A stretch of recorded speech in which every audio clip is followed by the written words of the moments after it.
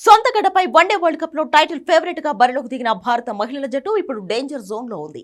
మొదటి రెండు మ్యాచ్ల్లో ఆసియా జట్లు శ్రీలంక, పాకిస్తాన్ ను చిత్తుగా ఓడించి టోర్నీని ఘనంగా ప్రారంభించిన ఇండియా ఆపై ఆస్ట్రేలియా, సౌత్ ఆఫ్రికా చేతిలో ఓడిపోయి డీలా పడింది. ఆ రెండింటిలోనూ గెలుపు అంచుల వరకు వచ్చి ఓడిన హర్మన్ ప్రీత్ కౌర్ కెప్టెన్సీలోని జట్టు ఇప్పుడు డిఫెన్స్ లో పడింది.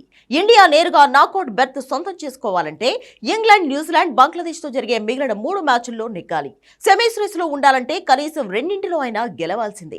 స్వదేశంలో టోర్నీలో కనీసం సెమీస్ కూడా చేరుకోకపోతే పరువు పోతుంది. ప్రస్తుతం ఆదివారం ఇంగ్లాండ్ తో పోరుకు రెడీ అయింది.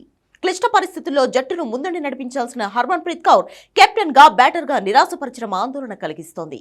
హర్మన్ ప్రీత్ కు ఇది 5వ వన్డే వరల్డ్ కప్ కాగా కెప్టెన్ గా మొదటిది. మెగా టోర్నీని 2 విజయాలతో ఘనంగా ప్రారంభించిన వైజాగ్ లో ఎదురైన ఓటములతో ఆమె కెప్టెన్సీపై విమర్శలు వెలువెత్తుతున్నాయి.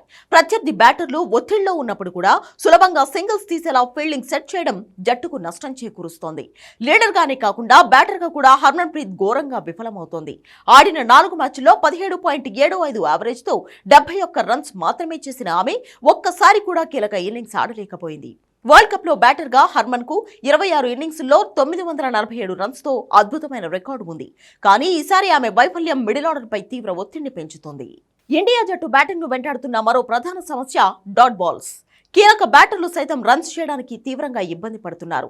సౌత్ ఆఫ్రికాపై 58.4%, పాకిస్తాన్ పై 55.7% చొప్పున డాట్ బాల్స్ ఆడిన ఇండియా ఆస్ట్రేలియాపై భారీ స్కోర్ చేసినా కూడా 45.2% బాల్స్ ను వృధా చేసింది.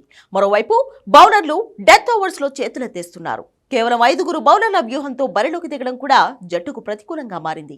మెయిన్ బౌలర్లలో ఎవరైనా ఫెయిల్ అయితే 6వ బౌలర్ లేని లోటు స్పష్టంగా కనిపిస్తోంది.